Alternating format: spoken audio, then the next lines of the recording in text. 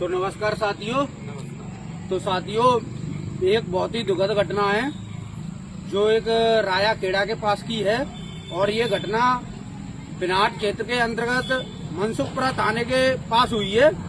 तो यहाँ पे बताया जा रहा है कि व्यक्ति बाइक से जा रहा था और ऊंट से एक्सीडेंट दिखाया जा रहा है।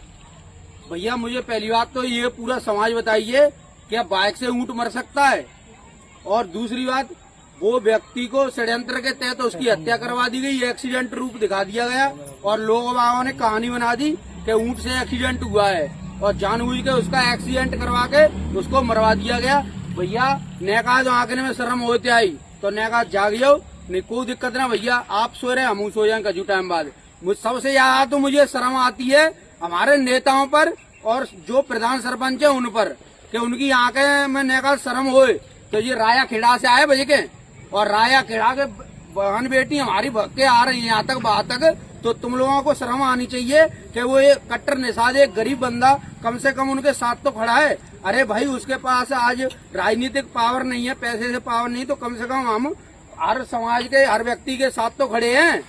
तो भाई मैं तो पूरे समाज के यही कहना चाहता हूँ कि भैया जो फालतू की बकवास करे वो बंद कर दो और जितने भी राया खेड़ा के आसपास नेता सरपंच और जो संगठन चल रहे हैं उनसे मैं एक ही बात कहना चाहता हूँ, इन भाइयों की नया सुनवाई करवा लो। और मैं भी आपके साथ खड़ा हूँ।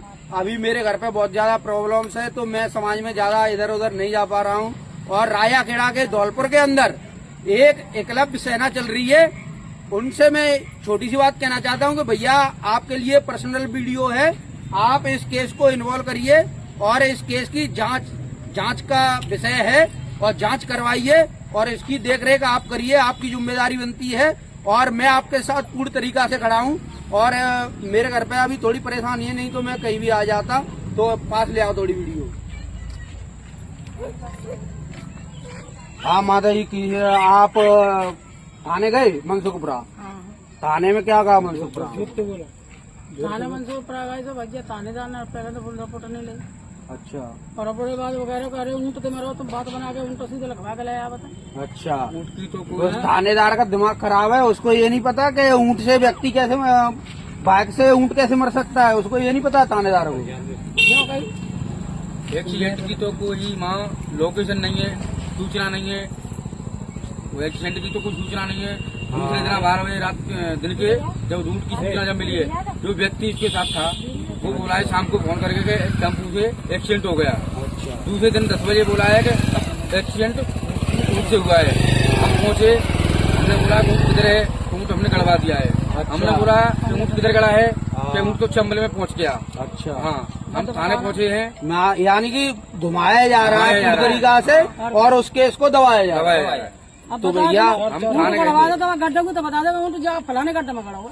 शर्म कर लो, ने कहा आंखने में शर्म। अगर पूरा समाज एकत्रित हो जाए ना तो समाज के एक व्यक्ति पर अत्याचार नहीं होगा। पर भागो, नेताओं के पीछे भागो, नेताजी जिंदाबाद, नेताजी जिंदाबाद, क्योंकि वो फॉर्च्यूनर गाड़ियों से उतरेंगे ना।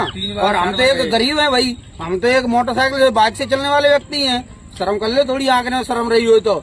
आज समाज के साथ इतना अत्याचार बढ़ रहा है कि शायद आने वाले समय इसकी कोई भरपाई नहीं कर पाओगे आप। बेटा पैसा वाली सुनाइए, अगर पैसा वा तो मर ही जाओ। बिल्कुल है, जाहिर सी बात है। पैसा वाली सुनाई जा रही है, अगर पैसा वा तो मर ही जाओ। 4 बार थाने में कोई सुनवाई नहीं हो रही है हमारी, ना रिपोर्ट ली हमारी। हमने बोला हमारे नायबार कर रहे हैं, उसको मुंजम को पकड़ो, उसको उठाओ। क्या बोला, मैं फोन करके पूछूंगा क्या है, कल आओ तुमको बुलाऊंगा। क्या हम राजीनामा तो करवा रहे हैं? राया खेड़ा कौन सा गाँव पड़ता है आपका? गाँव है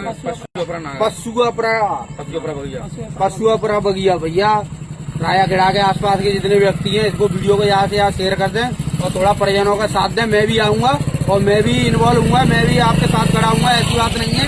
बस थोड़ा क्या है कि मेरे घर पे अभी परेशानी है। हमको तो हिसाब चाहिए, जैसे हमको मालूम पड़े कि कैसे खत्म हुआ है, किससे हुआ है। हमारा तो मर के गया, सारा कोई हो गया। हमको बिल्कुल सही बात है, जांच का विषय है, जांच होनी चाहिए, जांच होनी चाहिए। पूरी तरीका से नहीं आओगे तो मैं डीसीपी साहब से बात करूंगा और मैं साथ में आपके चलूंगा, कमिश्नर साहब के पास चलूंगा, वहाँ बात करूंगा कि इतनी लापरवाही और थाने में पुलिस क्यों बरत रही है। आप बिल्कुल शांत रहिए, आपके साथ पूरा समाज खड़ा है, आप बिल्कुल परेशान होने की जरूरत नहीं है।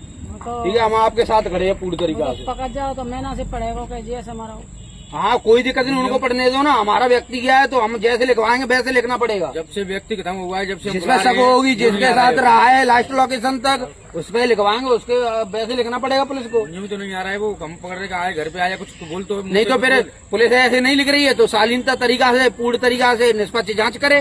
तुम बताओ। और निष्पक्ष जांच करके दे कि भाई ये व्यक्ति कैसे क्या हुआ है, कहाँ तक था लास्ट लोकेशन, सब ढूंढ के दें। हमें कोई दिक्कत नहीं, हम प्रशासन की मदद करेंगे, प्रशासन का सहयोग करेंगे। धन्यवाद सभी भाइयों को।